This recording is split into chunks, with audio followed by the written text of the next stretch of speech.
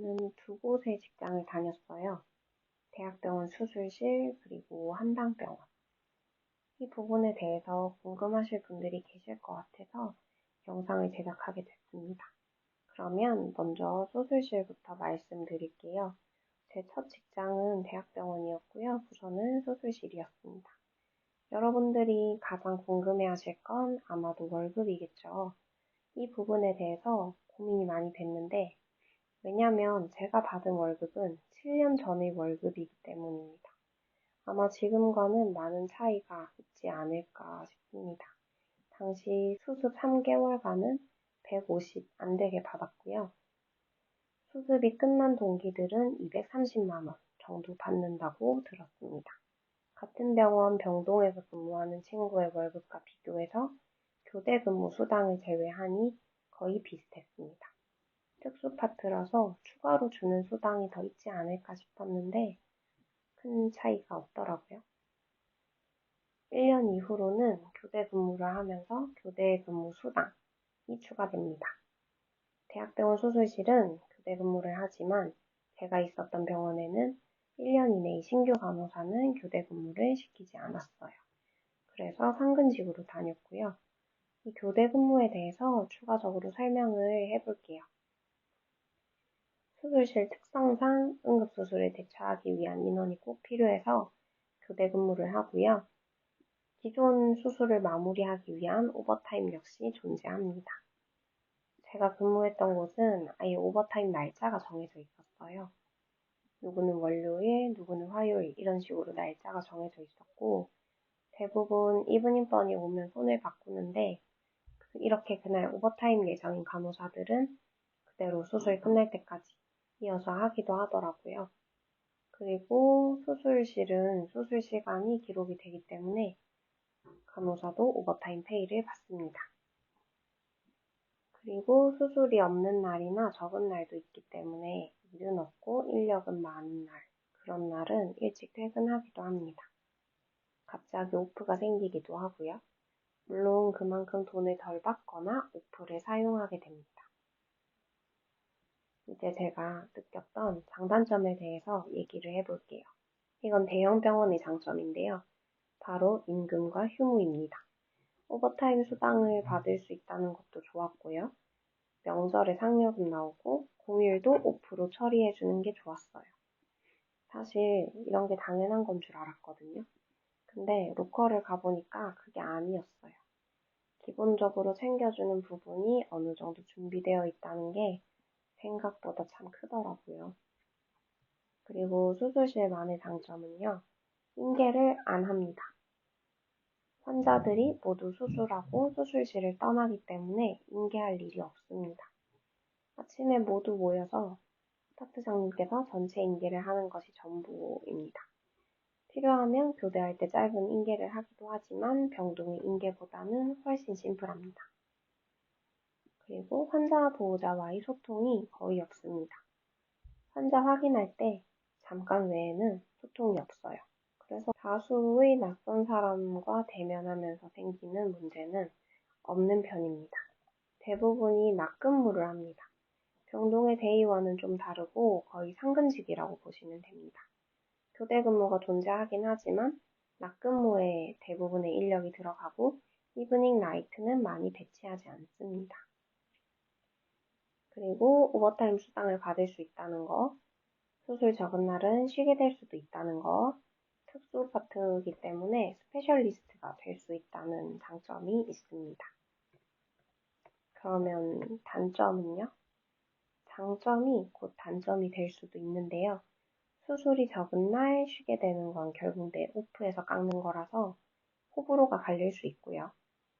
스페셜리스트가 되는 길이 아주 멀고도 험하다는 것입니다.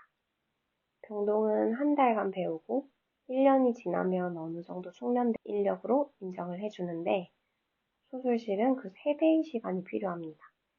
적응 기간 3개월, 그리고 숙련 기간 3년이죠. 이것도 참 길다고 생각했는데 해보니까 전혀 그렇지가 않더라고요. 수술실은 한 파트만 도는 게 아니라 여러 과의 수술을 커버할 줄 알아야 하기 때문에 배움의 범위가 넓습니다. 이 점이 특히 어려운 점이라고 생각해요. 그리고 전문적인 파트인 만큼 이후에 수술실이 아닌 곳으로 이직할 때는 다시 제로부터 시작해야 합니다. 또 환자처럼 불특정 다수와의 대면이 없는 대신 함께 소수의 의료진들과 깊은 관계를 맺게 됩니다. 말하지 않아도 알아요 수준으로 눈치 빠르게 맞춰야 돼요. 병동에서 나와 관계가 좋지 않은 환자는 퇴원하면 그만인데 수술실은 그렇지가 않습니다. 그리고 수술실에 입사하면 학교에서 배운 것들은 거의 무용지물입니다. 모두 새로 배워야 돼요. 정말로. 그리고 사견을 좀 덧붙이자면요. 저는 이곳에 적응하기가 무척 힘들었어요. 태움 때문이었냐고요? 그것도 있죠. 근데 이 부분은 단순히 태움의 문제만은 아니라고 생각해요. 개인적으로 간호사가 어려운 이유 중에 하나가 커뮤니케이션이 중요한 직업이라서 그렇다고 생각해요. 병동 간호사만 해도 정말 여러 부서와 소통을 해야 하잖아요. 환자 보호자와 소통도 쉽지 않은데 그 외에도 소통할 부서가 너무 많아요. 의사, 타 병동, 중환자실, 업무과, 약국 등등등 각 부서와 소통하고 조율을 잘 하는 능력이 참 중요하다는 생각이 드는데 그게 쉽지가 않죠. 제 손으로 모든 걸 해결할 수 있으면 좋은데 다른 사람의 도움을 필요로 할 수밖에 없다 보니 쉽지가 않습니다. 모든 사람이 다 내 맘 같지 않잖아요. 나는 이 부분이 급해서 다른 부서에서 이걸 빨리 처리를 해줘야 내가 일을 할 수 있는데 상대방은 다른 일이 급해서 이걸 먼저 해줄 여력이 없다든지 그럴 수 있잖아요. 그래서 소통해야 하는 사람이 많을수록 더 어렵다는 생각이 들어요. 수술실 간호사는 그 중에서도 여러 과의 의료진들과 손을 맞춰야 돼서 더 어렵고 스트레스가 많다는 생각입니다. 집도의의 취향대로 수술을 잘 할 수 있는 최선의 환경을 만들어야 하고 수술에 참여하는 모든 사람들의 합이 잘 맞아야 하거든요. 근데 그게 쉽지가 않아요. 그리고 수술실은 간호사가 정말 많죠. 사람이 많으면 오해도 소문도 참 많이 생기기 마련입니다. 그리고 다들 아시다시피 업무 난이도가 높아요. 전에 어떤 분이 댓글 남겨주신 게 너무 공감이 되더라고요. 절대 실수하면 안 되는 직업과 실수할 수밖에 없는 신규라고. 정말 대환장 콜라보라고 생각합니다. 이런 경우에는 정말 트레이닝할 수 있는 충분한 인력과 상황이 갖춰져야 돼요. 그런데 인력도 없죠. 상황도 안 돼요. 신규가 실수하면 트레이닝하는 사람이 책임져야 하기 때문에 날이 서 있지 않을 수가 없습니다. 어느 수술 하나 중요하지 않은 게 없어서 신규가 있으면 의사, 간호사 할 거 없이 모두 엄청 예민해져요. 저는 그런 분위기가 좀 힘들었어요. 신규에 대한 사사로운 신경전이나 태움도 있었지만 내가 내 일을 충분히 해내지 못하는 경험이 정말 힘들었습니다. 그때는 제가 그 자리에 있기에는 너무 부족하다는 생각이 들었어요. 근데 시간이 지나 보니까 알겠더라고요. 개인의 잘못보다는 시스템의 문제가 크지 않나. 그래서 신규만 힘든 줄 알았는데 그게 아니더라고요.